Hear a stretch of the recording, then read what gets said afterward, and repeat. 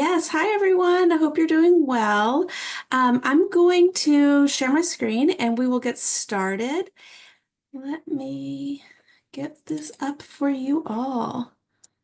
All right, so welcome to our open house for the UC Santa Barbara program and all things child life.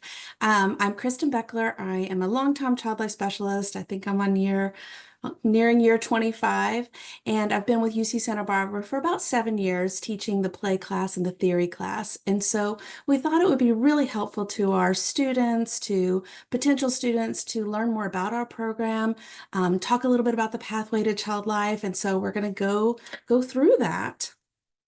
So here's our agenda for this evening. We are going to do a child life overview. So talk a little bit about the pathway to becoming certified.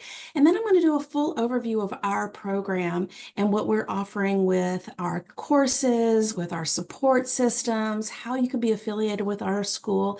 And then we're going to answer as many questions as we can. So Sunny is on, so she'll be able to monitor the chat and kind of get your questions organized for us so that we can learn together this evening. So let's get rolling here. So if you're not familiar with Child Life, if you have taken my theory class, you know one of the first things that we do is we get that elevator speech down.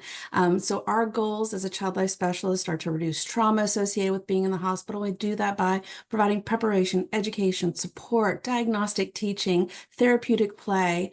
We really want to help, again, with stressful situations, reducing trauma associated with being in the hospital, and provide support to families, siblings, and the like. So the family system is quite large. So this is the big overview question or the overview statement from the ACLP. You'll come up with your elevator speech, especially if you're in my class. All right, so this is that roadmap. So we're going to talk a little bit in detail about some of these areas, mostly the first three. We're going to talk a little bit about that eligibility assessment. Those students who have been in my class know that they send them to me. I've been getting a lot of them lately because we're wrapping up the quarter. So we're going to talk about how to start that eligibility assessment. We're going to talk a little bit about courses that you need for Child Life and the pre-internship experience. I really want to be able to highlight that as well. And then internship and exam, we're going to kind of cover that under our prep course. And so I am going to try to cover as much of this roadmap as possible today. All right, so this eligibility assessment. Oh my goodness, can't get my words. I have some notes below because I don't want to miss anything. I heard somewhere in one of the forums that somebody called the eligibility assessment their passport for child life, and I kind of loved that statement. I thought it was a really nice way to kind of wrap your head around what it is. It can be started at any time. If you are really considering being a child life specialist, I highly encourage you to start it as soon as possible because the way it works is you pay for it. It's $80. You do this on the ACLP website, and you pay for it, the $80, and then you just keep adding the classes in as they go. They'll also assess the classes that you've already taken. So maybe you've had a child development class, maybe you've had a play class somewhere else. They can actually go through and say, yes, this course counts. This one you need to redo, or you just don't have this one at all. So I encourage you to start that eligibility assessment earlier than later. And so when you go through this, you'll again register, and I think I actually might show you on the website really quick. So I'm going to stop. I'm going to lower this. So please let me know if you can't see my screen here. But this is the Child Life website. And so when you log on to the ACLP, there is a student membership. So you can go through membership here, and there's different levels. So you can be a student member. And then there's your profile button. And so you just click on that profile button, and it's going to take you to a different screen. And then let me know if you can't see this. I'm not going to scroll down because it has my personal information, but you'll see a little information right here with these 3 lines. And that's really telling you to go over here on the far left corner. And you'll click that, and then it'll have all of your profile membership information. I don't have a student profile, so I don't have an eligibility assessment, but this is where you'll find yours. And you can also even join as a student member there. So mine does look a little different than yours, but this is where you're going to go to reach that eligibility assessment. So again, you log on to the website, you're going to start that eligibility assessment, and you're going to complete the payment. They won't let you really fill anything in until you complete that payment. And then you're going to submit all the supporting documentation that needs to go with that. Sometimes it's transcript, and then sometimes it's the the class eligibility. It's for the class, the Child Life Theory class, and that is the only one that you need course verification for. So I'm going to go back to our slideshow. Oops, I did it from the beginning. Let me scroll through really quick. So the only class that you have to have the form filled out is the Child Life Theory class. I do get some requests for the play class, and you just don't need to do that. They actually just disregard those. I just spoke with the office just to confirm that at the ACLP, and they did say they don't need that play class form. So the form only needs to be filled out for the Child Life Theory class. And we also cannot fill that form out until the class is over. So this semester is wrapping up. So this weekend, I have a whole list of people who have already started their eligibility assessment and have already requested that course. So I'll fill that out this weekend. And so the paper form, there is an option to send us a paper form, but it is very inconvenient to do. And so I know that myself and Amy, who teaches the other section of theory, we do prefer the electronic version. If there's some kind of reason you can't have the electronic version, just let us know and we'll try to figure out another option for you. So I don't think there's anything else with that. Again, start asking questions if you have any. I don't see any questions quite yet. Perfect. All right, so moving right along.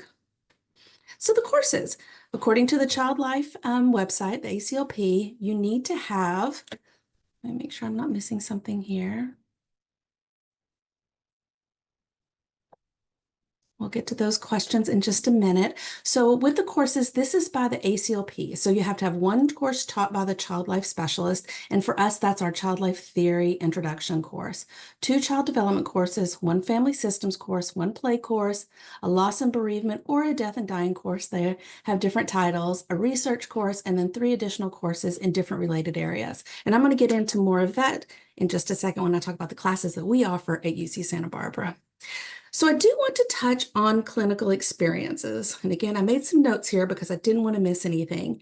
A pre-internship experience is an essential opportunity to develop those knowledge, skills, abilities. They call them KSAs in the ACLP world.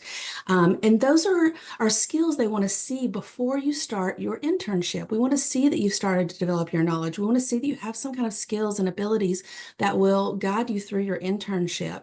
And I cannot express enough how important it is to start at least volunteering early on. You can do this in the very beginning. You can volunteer in pediatric playrooms, assisting in different family support groups. Some hospitals have pre-surgery programs and they're looking for volunteers to help with those pre-surgical tours. That's a really great opportunity. Supporting waiting rooms. Pediatric waiting rooms often have volunteers in those waiting rooms providing activities or just to help pass the time, because if a child, especially if they're going into surgery, for example, they're very hungry. They haven't eaten in probably 12 or more hours. So their stomachs are growling, they're grumpy, and sometimes a little bit of activity can help pass the time and help with distraction in those situations. Rehab units often have volunteers, really great place to work with kids as they're building skills, as they're developing different skill sets that maybe have happened, something happened in an accident, or you just never know. But these rehab facilities love having volunteers to come play, engage with kids, and keep them active. Another way to get a pre-internship experience is to have a practicum. I know they're hard to come by, but I do encourage you to apply for practicums. But before you have a practicum, I really encourage you to get that volunteer experience before you set foot into a practicum. It's possible to have a practicum before you volunteered, but just from my experience, most places are going to want you to have at least a step in the door, have some sort of coursework behind you before they'll accept you into their practicum experience. And then, of course, there's work experience. There are child life assistant jobs. I know when I used to work at Stanford, we had playroom coordinators, I think they're called, or recreation coordinators, I think that's what they were called. So there's a lot of different opportunities. And I know many of our UC Santa Barbara students have worked as child life assistants before they've gone on to internship. That's a great way to have a job and get paid before you have to apply for an internship. So again, I cannot express enough how important it is to get some sense of what it's like to be in a stressful hospital situation by volunteering, working, becoming a child life assistant if you can. I know it's not always possible, but those are the most important experiences I've seen in my career that have really helped students thrive when they get to their internship. So, make sure I'm not missing anything here. All right. So a UC Santa Barbara overview. So we have really grown this program, and myself and the other instructors have worked very hard over the last several years to create something really special at the Santa Barbara program. We are so committed to you. We want you to be ready and prepared for internship, for any pre-internship experiences and internship experiences. So this is it's a non-degree seeking program. So I think that's really important for people to understand that this is something you can do after you've already gotten your bachelor's degree, or concurrently as you're doing your bachelor's. Maybe your program doesn't have a child life program and you need the courses. You can do these classes with us alongside doing your bachelor's degree. We've had master's level students, we've had PhD students who have all come back after deciding they may not want to do what they were doing to take our courses. So all of our courses have been pre-approved by the ACLP, by the Association of Child Life Services, or the professionals. And so they're ready to go. So we have worked, again, really hard to make these classes, even though they're asynchronous, we worked really hard to make them interactive, engaging. We want you to be a part of a community. So that's a little bit of an overview. It's perfect for a lot of different kinds of people. And we do encourage you to reach out to us if you have more specific questions about your situation and how maybe we can help you. All right. Let's see. So let's talk a little bit about the courses. I want to go through a little bit about the course offerings that we have, some of my favorite parts of those classes. And again, if you have any questions, drop them in the Q&A and we will get to those at the end. We'll kind of back up and answer a lot of your questions. So child development courses, oops, I'm skipping here. Child development courses, I encourage you to have those first. I think it's so important to go into the child life course, theory course, play course, all of the courses having some child development background. So it is my recommendation to get those done first. We have two that we offer at UC Santa Barbara. We have early childhood development, which is birth to 8, and then adolescent development, which is 9 to 18. And so those both are pre-approved and ready to go. So these courses really focus on the social, emotional, cognitive, and physical development of childhood. So, and we also integrate a lot of theory and theorists into those courses. So then the next course is that child life theory course. We have usually 2 sections a couple of times a year. We're just wrapping up the summer session, and then this will be offered again in the winter with usually 2 sections. Myself and Amy teach that. Amy teaches the first section and I teach the second section. And so this is really your online introduction to child life. We cover theoretical foundations, we cover assessment, we cover preparation, different therapeutic relationships, family-centered care, a little bit about grief and loss, play, of course, and it is a way to really emphasize that understanding of child development in the healthcare setting or working with children in stressful situations. The next course is Family Systems. I'm going to take a drink of water. Is Family Systems, and this focuses on the family dynamics and their impact on development, with a big emphasis on family structures, caregiving, abuse, poverty. It really examines how that multidisciplinary healthcare team can work with diverse families and families of all different shapes and sizes. Of course, the next is play, which is very near and dear to my heart. I've been teaching this class the longest. We explore therapeutic play. We focus on the history. We focus on theories, different techniques, strategies for engaging children in different activities. Within medical setting, we talk about medical play. I'm actually restructuring the class to include a lot of trauma-informed play. So we have fun. We do a lot of fun projects. There is a group project. Don't panic. Usually people love it. So it is a fun course to really examine play and how we use play as a system in the child life world. The next is loss and bereavement, and that's taught by Kaylee. And Kaylee has really just gotten this class down. It's a very intimate class. It's a little bit smaller than our other ones, and so it does allow you to really explore your own feelings about loss and grief, and so the nature of suffering and how and death and grief from that cross-cultural perspective. So you'll explore different stages of grief, legacy building. That's something that's huge with us as child life specialists. We are very focused on building legacy and making memories for families. And then coping strategies to deliver difficult news. How do you talk to children about the end of their life? And so Kaylee really digs into that. Let's see, loss. Oh, research. Research is it really provides that introduction on research design, methods, and child development education. It focuses on evaluating different research literature and understanding statistics. Statistics is very hard for me, but I do enjoy this class. It's all over research, so it's not just one type of research that does cover different methodologies. And then let's talk about the electives. We have a few that I recommend every single one of them, and I think everybody should take every single one of them, to be honest with you, because this is going to give you such a bigger picture of child life. It's going to give you better skills. It's going to take all of those courses that you've already taken and just add to them. And so again, I cannot express enough how important it is, I think, to take every single one of these elective courses. The assessment preparation, medical terminology. I mean, medical terminology in itself, it's complicated working in a hospital. I am constantly trying to take information that comes from the medical provider, translating it to a way a child and a family can understand, and then delivering that in a developmentally appropriate way. So having a course that really focuses on how to assess, how to do preparation, and take that medical information is so beneficial and so helpful. And it's just going to make your internship that much more easy. I don't even, not easy, but it's just going to be more well-rounded.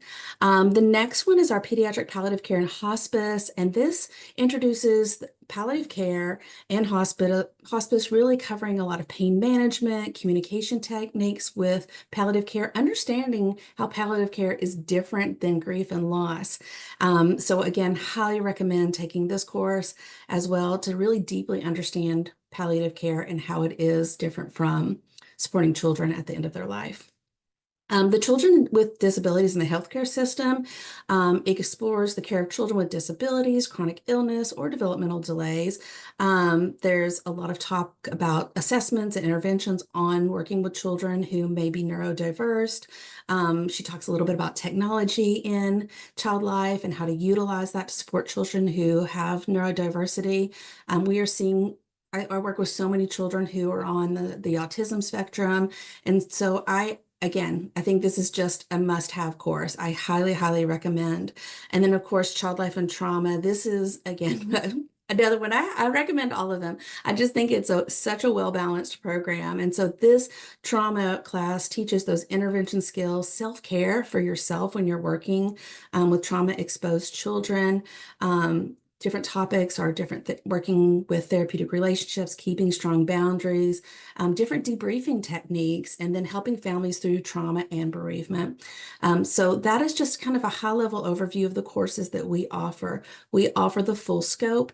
We provide teachers who are all child life specialists to teach all of these classes, to be your professors, and to support you through all of these classes. All right.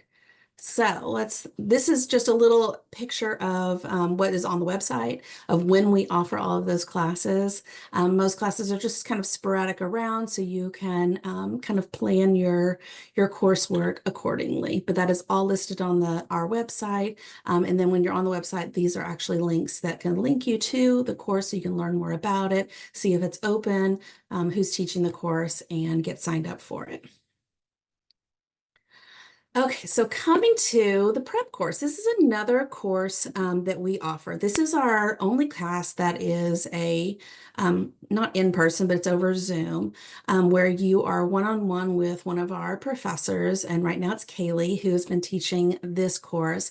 It's a 4-session prep program, and once you've taken all your classes, I think this is absolutely your next step. This is where you're going to get the support. And at my current, where I work full time, I supervise the student program. And I can't tell you how much I see students needing that extra layer of support. Having academic support is so important because internship is hard. It really is. I hate to say it's all encompassing, but it kind of is. It's a lot of work. It's a lot of stress, and you're fitting it all in a very short period of time. And so there's no better way to get prepared for that than to take this prep course. Kaylee gets you ready by going through the eligibility assessment, making sure all your ducks are in a row. She will review your applications and then do interview prep. Go through the types of questions, talk about etiquette, and just get you fully prepared for what to expect, just getting ready for that interview, doing mock interviews, giving you feedback about those interviews.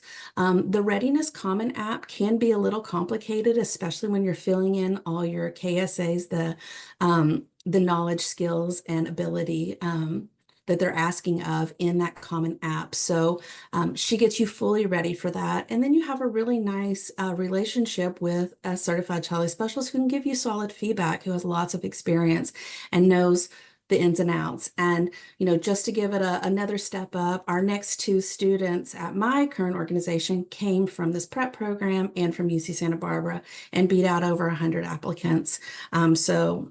And that was completely blinded. I wasn't the one that went through those interviews. So it does work. I encourage you to take a look at that prep course. All right, let's see what else we have here. So the next thing we wanted to talk about was how to become affiliated. To achieve affiliation status with us, you need to complete 5 courses. And as you can see, when I went through the classes, there's ample opportunities to take 5 courses with us. If anything, you can do 4 of those electives, which again, I highly recommend, plus maybe the theory or play or whatever you may need. But it is possible to achieve affiliation with us. We are an affordable program, so hopefully it is possible to get those 5 courses with us. But it does not include that prep class because that is just a different type of class. So we are currently establishing affiliations with a variety of hospitals. As you can see from this list, we have already affiliated with several, and this is fairly new. We have, I think, maybe just in the last couple of years started doing these affiliations, and so maybe even less. But you see San Francisco, where I currently am employed full-time, this was number 1, and we actually have a student right now who is from UC Santa Barbara. So we are so excited to keep updating this list. If you are interested in adding a hospital in your area to our list, there's a form on our website. I don't know if I can drop something in the chat. I can actually drop that into the chat a little later, but it's on our website. So you can go to our website and there's a Google Doc form, and that goes straight to one of our professors who will actually reach out to that hospital to see if they would be interested in creating an affiliation. And either they'll affiliate, or like this list at the bottom that says pending hospitals, they're just waiting for a student to be accepted. So once a student is accepted into those programs, then they'll finish the affiliation process. And it doesn't take too long to do an affiliation process. It's basically 2 lawyers speaking to each other and coming up with a contract. And these hospitals have done this time and time again. So it usually only takes a few weeks or so, or even less, to complete an affiliation form. So that is really how you become affiliated with us. Because what we want to do is we just want to have this, we want to be able to support you. We want to get to know you in the classes. We want to see what kind of student you are. If you go through the prep class, we really get to know you because we're doing a lot of one-on-one with you. And that just really, again, creates this extra layer of support when you are in internship. When you're applying for your first job, you'll have someone who knows you well and knows what kind of student you are and knows what kind of person you are to really help you be fully successful in whatever path you're headed down. So that is kind of all I have with talking a little bit about our program, the Pathway to Child Life. I wanted to leave plenty of time for any questions or Q&A questions that you may have, and we can kind of go from there. So I do see a few questions in the Q&A. I'm guessing, Sunny, those have already been answered. Or do you want me to answer them just in case? If you can answer them, that would be great. Kaylee and I have been answering as they've been coming, but there's a few that I've left for you. Okay, perfect. So I'll read the open ones first. This one says, I'm currently an undergraduate student. Can I still start my eligibility assessment and add classes as I take them undergrad? Yes, you can. Again, you can start this eligibility assessment at any time. There is no time limit for that. Um, if, Actually, Kaylee, is that correct? Is that accurate? If they're in their undergraduate program, they can still start the eligibility Yes, assessment? yes, they can absolutely. The portion Okay. where they verify their degree obviously can't be completed, but that's okay. We encourage you to start it early so you know what classes count, like you mentioned prior. Okay, perfect. Yes. As I was saying that, I was like, wait a minute, is it undergrad? So yes, thank you, Kaylee, for jumping in there. And then there's a question here, where would I go on the ACLP website for the eligibility assessment? I just completed my bachelor's in May and didn't know this was the first step. I thought volunteering was. I don't want to stress anybody out. It's my recommended first step, just so you have a real clear picture of what classes you need. So I will stop sharing so that I can show you again on the website. Where to look. In theory, I will go on the website. Let's try this one more time. So I have kind of a small screen here, so it's a little harder to see on a small laptop. I need that thing to disappear. Here's the eligibility assessment. So if you go onto the ACLP website, there's going to be a little profile button that you have to go to, and it's where you log on. So you will need to create a profile if you haven't already. And then you'll see these little buttons off to the side. There are 3 lines. It's usually on the upper left side. And then you click on that, and you're going to have a prompt that says to click on Start with an Eligibility Assessment, New One. So you're going to click on that, and you're going to start creating all the information, and they walk you through this. And Alex at the ACLP is so helpful. I strongly encourage you to reach out to him as well if you need assistance getting through this, or if something's not working out for you. I mean, he's very responsive. I actually asked him a few questions about the eligibility assessment because I wanted to be really clear about it before I spoke to you all about it, and he was very responsive. And so again, one of the first things you have to do is pay for it. So once you pay, submit your payment, it will start walking you through exactly how to upload your courses and get that verification for your classes. And again, the only thing that you need a verification form for is the Child Life Theory class. Everything else you don't need it for. Our classes are already pre-approved. All right, so let's look at some of these other questions here. Is it okay if you have a previous degree in a non-related field? Kaylee is currently typing an answer. Yes, absolutely.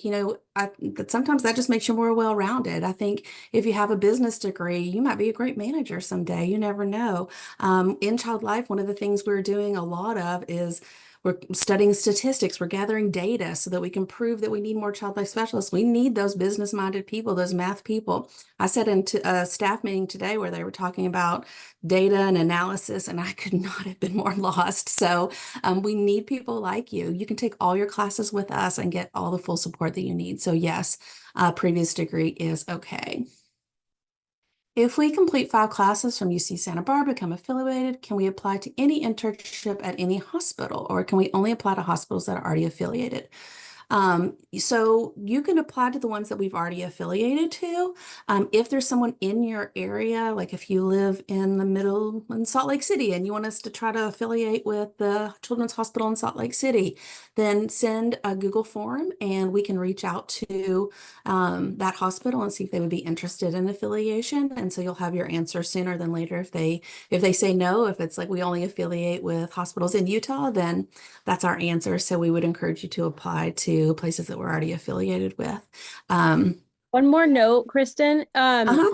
When you're applying and say you're like somewhere along the way doing academic, but your coursework is going to be complete by the time you are applying, you actually enroll in the supervision course and you are doing internship, apply affiliated. If you have met the 5 courses, Mhm. apply affiliated. So you don't have to get special approval from us. Of course, we're going to want to make sure that your skills and abilities, you're at that place, but there's a unique, cohort of students in this last round who applied and they were like, "Well, I'm going to put unaffiliated because I just don't know yet, and maybe we are not affiliated yet." But no, you have the right to be affiliated through us. So put affiliated, and then there's a section where you can put who you're affiliated with and what the coordinator is, and you can put my email and information there so that you're able to, we'll work on that, the back end of that, as long as Mhm. they're open to it.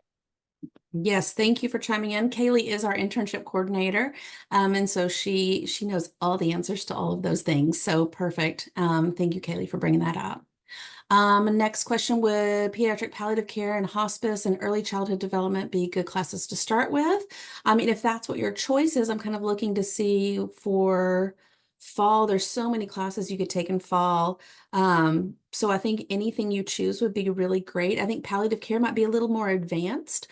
So I would probably start with maybe a family systems or research. Early childhood would be great to start with. Absolutely. Death and dying is offered in the fall as well. So that would also be a great one to start with. All right. So I'm very curious about the process of how to obtain internship and whether we truly have to wait until we complete the coursework. I'm trying to transition careers and have a master's. So this is a long question. Let's see. I'm wondering if this person, so in order to apply for internship, you're going to have to complete the coursework. You have to have your eligibility assessment complete, and especially if they're going to be doing the new application process. So it looks like Kaylee is typing an answer, and so I'm going to let her type onto that one because it is a little bit of a long question, and I just want to make sure that we cover all of our bases and get to some of these other questions.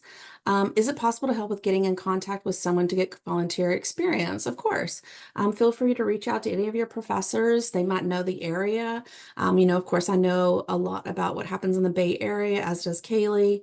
So we know a lot of people in the area up here, but we certainly know people all over the place. We've been both doing this for a long time, and all of our professors have. So feel free to reach out to us if you need a contact. Most of the time you just Google the hospital and say volunteers, and that will lead you right to where we're going to lead you. So, but yeah, feel free to reach out and we can help you get in contact with the right people. A sociology degree, again, just makes you more well-rounded. You're still going to need those 10 courses. Maybe some of your sociology classes might count as electives, or perhaps you've had a research class. It doesn't hurt to go through the eligibility assessment to see what classes already count. But yeah, again, that's going to make you just a well-rounded student. I personally do not have a degree in child life. I was very off the beaten path. My degrees are in education, so I am a little bit more of that off the beaten path, which is why I love this program so much. So somebody's asking about if you qualify to be affiliated for internship. That's again only if you take the 5 courses. We talked a bit about that, so you must take all of the 5 courses. The child life supervision internship works. It says 5 courses. I'm sorry, it bounced away. Where did it go? Oh, there we go. Okay, so how does the child life supervision internship course at UC Santa Barbara work? It sounds like it says 5 courses must be taken in the program before we can be enrolled. And how do we find a hospital for our internship, if you know? So again, you have to follow the whole pathway, get those pre-internship experiences, take your child life courses. You'll get to know us professors, take that prep course. And the prep course is really going to be a wonderful way to get prepared for internship. And so once you have done all of that, once you are accepted into an internship program, that's when you'll take the supervision internship course. So my current student at UCSF has a supervisor, one of our professors. We all kind of take turns to be supervisors, to be an academic supervisor for someone who's in an internship. So that's how the internship course or supervision internship course works, is you must be accepted into an internship. And we did record this whole lecture, or this whole open house. So if you missed it, it does hear you say you missed it a little bit, you can go back and listen to the recording. So you don't need to start with the theory class. No, you can actually start with the development. You can start with grief. I always encourage people to start with child development if you can, if that's a possibility, because we connect child development theory to everything that we do. You'll see that in my play class. You'll see that in my theory class. We're always connecting theory to all of the interventions that we do. And so theory, as you know, you can start with theory. It's a great place to start. We'll offer it again in the winter, so feel free to take it then. To start the eligibility assessment, do you have to become a student member with the ACLP? Kaylee, do you know the answer to that? Sorry, can you repeat it? I'm typing an answer. That's okay. To start the eligibility assessment, do I have to be a student member with the ACLP? No, as far as I know, you don't have to be a student member. They don't require that you are. Okay. I do recommend it because if you're enrolling, if you're going to attend a conference, if you're going to do any online courses through ACLP, and not like academic courses, but do like a seminar or anything like that, you get a discount. So depending on where you're at, if you have that ability, then you end up, and you would even get a discount on like when you enroll for the exam. Right. So overall, big picture, you save money, but in the beginning, you don't have to. So, yeah. And the price is the same for the eligibility assessment. So you don't necessarily have to do it right away. Gotcha. Okay. Good to know. I've seen videos saying you don't need a master's in child life, but can you tell us more about having a master's and what it would look like, pay, experience? I think it depends on where you are working. When I worked at Stanford, it didn't, at the time, they do have a clinical ladder now, but at the time they didn't. But at UCSF, we have a clinical advancement process. And so you can be a level 1, 2, or 3. You can be a level 3 without a master's, but it takes you have to have a lot of years of experience before you could. Very few managers would not have a master's degree. So you would not be able to have it just helps with like leadership positions. All of us that are professors have to have our master's degree. So it can increase your pay and where your levels are at your hospital. But it's still an education job when it's all said and done. All right. So I'm interested in working or trying to do something in San Diego. Feel free to fill out the affiliate form unless it's already done for Rady Children's. I'd have to go back and look at that list, which I can certainly do. Let's see. Is Rady's on there? I don't see Rady's on there, but feel free to fill out that form and we can see what we can do about San Diego. I'm trying to do courses. I'm currently trying to do courses still count if they transfer courses because you have moved to universities. I'm not sure what you're asking. I'm wondering if you can ask in a different way. I'm wondering if you're asking if courses from another university can count at UC Santa Barbara. And from what I understand, we wouldn't be able to transfer courses because we're not a degree seeking program. Correct me if I'm wrong, Kaylee. All of our classes are asynchronous online. So we open 1 week at a time and you participate in that weekly class. And then the next week it opens up with a new lecture. All of our lectures are recorded. So you'll see us, we'll tell our stories and go through the lectures. And typically there's some kind of discussion post. We have projects. Some professors do quizzes. I do usually projects of some kind, but they are asynchronous online. So we have people from all over the world. I have people from different countries who take these courses. We are on a quarter system, and so our courses are just finishing for summer. So those finish this weekend, and then a new quarter starts in a couple of weeks. And so all of those classes are up on our website. So feel free to go that. And the classes, they're asking how many weeks. Typically 10 to about 12 weeks, 11, 12 weeks. So it's whatever the quarter is. Um, in Oh, go ahead. in regards to Radies doesn't require affiliation. They're open to affiliating, but only with local degree earning universities. So we have had students who have applied and are interested, and you 100% can obtain an internship there without being affiliated. So they want local if you are affiliated. So that's for Radies, but green light to apply for them. All right, good to know. Thank you. Let's see. I have a BS in child development. Does that take care of these classes? Probably. So I would go ahead, the person who asked about the BS from Fresno State, I would go ahead and start your eligibility assessment, see if your child development classes count.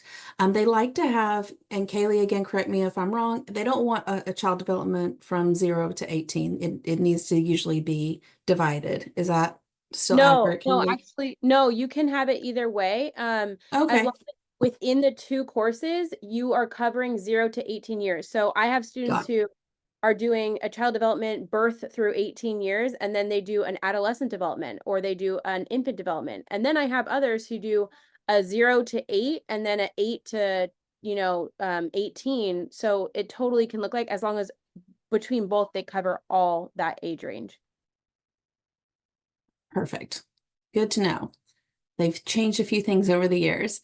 Okay, it looks like Sunny is replying to someone who's asking if they need to transfer to UC Santa Barbara. You do not. We are an extension program. Let's see. The application process. Oh gosh, things keep bouncing around as you guys are answering. Let's see. Do you have to have a student membership for the eligibility assessment? We've answered that. No, you don't. You can, of course, it's always like Kaylee mentioned, there's so many webinars and it helps with taking costs down when you're taking your exams. It is helpful to be a student member and to be kind of a part of that bigger Child Life community. Class registration is open, so go for it. Wondering if courses are transferred moving to the new still count. No, your courses do not need to be from one university. That's why I always say start with the eligibility assessment. It's nice to see what counts. You will need to keep transcripts from all those universities though, because you'll have to upload those when you start applying for internship. They'll want to see your transcripts from all your different universities. Let's see, for One those. barrier, sorry, the one you're answering right now, the barrier that I see with the eligibility assessment, a time frame, is that sometimes they need your syllabus to be able to verify that your content that you went over in that class is accurate. And a lot of people don't have their syllabus from 10 or 15 years ago, and the professor doesn't even work there anymore. So that can be a barrier for students. Okay. However, if it's a really clear in the title type of thing, like child development birth through 18 years, it's very obvious that you're covering what you're covering. Others are very unique in the way that their title is, so that makes it a little bit trickier. Okay, that's good to know. Yeah, a lot of people do come back to do Child Life after they've maybe been teachers for, more than a decade or done some other kind of profession. So that is a good point, to really try to go back and see if you can find some of those syllabus. Okay, for those who have classes that would cover these requirements, is there a time clause of a specific time frame? I don't think so. Kaylee is typing an answer as we speak. Let's see, any of the answered questions that people have any questions about? It looks like a lot of these have been answered. Can other people see the questions, Sunny, or is this just for our eyes? Because I can read some of these if people might also have the same question. I think they can see the questions as we've answered them, but Okay. yeah. Okay, perfect. All right, so there's a bunch of questions in here. Feel free to scroll through there. Does anybody have any other additional questions? I think we've kind of gone through a lot of the questions. There's so many on here.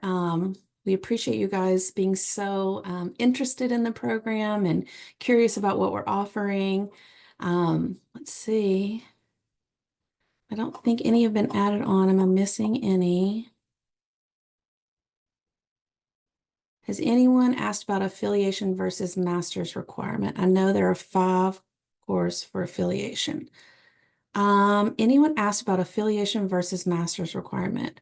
I'm not sure what the question is. Can you ask that one more time so I'm a little more clear about what you're looking for? Because we talked quite a bit about having an affiliation. Master's is not required any longer to be a child life specialist. If you are thinking about going and getting your master's, there are a lot of graduate programs out there, some online ones as well. Yeah, I They're think Sharia is wonderful. like the main like stop, you know? What's that? Yeah. Oh, I don't think Sunny was talking. Oh, the eligibility assessment fee is $80. So you just pay it one time. And so it's just kind of an open document and you can keep adding to it. It's what we do in the Child Life world as well when we are filling in, like I pay my yearly fee to be a Child Life member and to keep my certification. And so whenever I take a class or go to a conference, I can slowly just kind of keep filling in all the different classes that I take in the same system. So it's really nice that we have this system for students. So $80, you pay it once, and you can just keep adding to the eligibility assessment. Any other questions? Because we've been talking for almost an hour, and I just want to make sure that we get it all taken care of. Let's see, I'm looking through some of these ones that have already been answered, see if there's anything. A lot of questions about if it's a live Zoom. They are all asynchronous, but we do record them, so it is us talking and in talking directly to you. Oh yeah, volunteering. Somebody put in here about being a camp counselor. This is a great place to experience and get some volunteering. And sometimes you can even get paid if you are there for, a good amount of time in the summer. But working with kids who have cancer, their siblings, that is a wonderful experience. I love camps. I still think you need to set foot in a hospital if you can. But I do think that's a wonderful, wonderful volunteer opportunity. Let's see, looks like a lot of these have been answered. Yeah, being an elementary special education teacher. There's also hospital school teachers too. So if you are already a school teacher and you're looking for, something in a hospital, we have a hospital school program. Stanford had a hospital school program. So there is a lot of other opportunities. Let's see. What's the difference? Can I use the 5 required courses and PACE towards a master's program at UC Santa Barbara? Oh, I see what you're asking. I don't think so. Sunny might be able to answer that. Sunny, she's asking if she can use the 5 required courses in the PACE program towards a master's program at UC Santa Barbara. So perhaps another graduate program at UC Santa Barbara. It just depends because while our courses are graduate level courses, it's up to each individual university if they want to accept it for the unit. Some universities do and some don't. So that would be out of our control. Right. Yeah. Like she said, our classes are graduate level. So yeah, they might. The recording will be, I think, on the website. Once we get it all edited and ready, it will be up there. So for the theory class, do you send the verification form through the eligibility assessment? Yes. Myself and Amy both will really only do this electronically. I've had a few people send me the form, but it is really not, it's just a little tedious. So please send it electronically. And then again, once the semester is over, so like the semester will be wrapped up this weekend, I put them all in my little to-do folder in my email. And so I'll do them all this weekend once I see that you have passed the course. What's the max number of classes you recommend a student take at one time?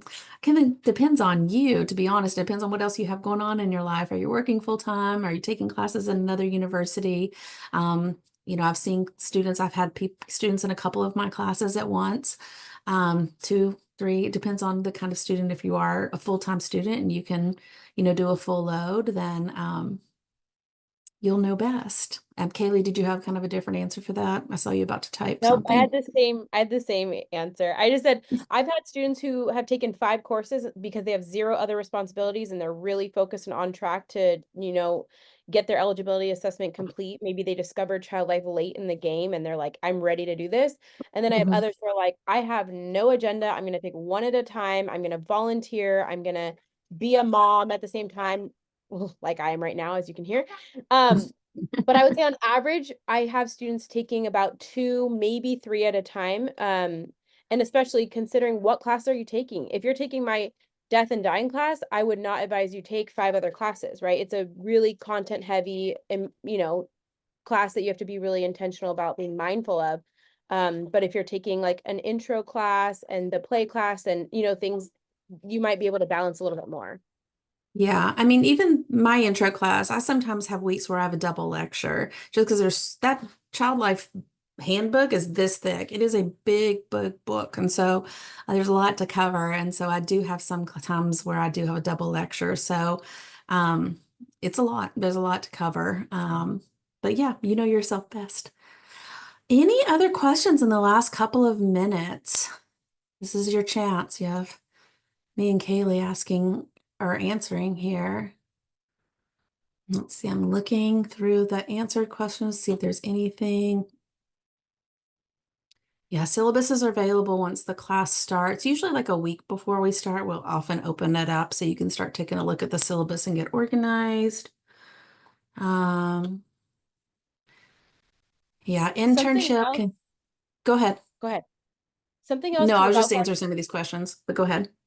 I think that something else that's really cool about UCSB is we offer the free webinars, Mhm. once a quarter. And that's something that's really amazing as a resource because you're going to be in these webinars with a lot of different individuals who are already in the field and certified and working. And we're definitely getting speakers who have a lot of experience and diverse experience, right? Someone had asked about, doing a practicum in a does it have to be in a hospital? I would say I'm in alignment with Kristen. You kind of have to have we really want you to have experience in the hospital setting.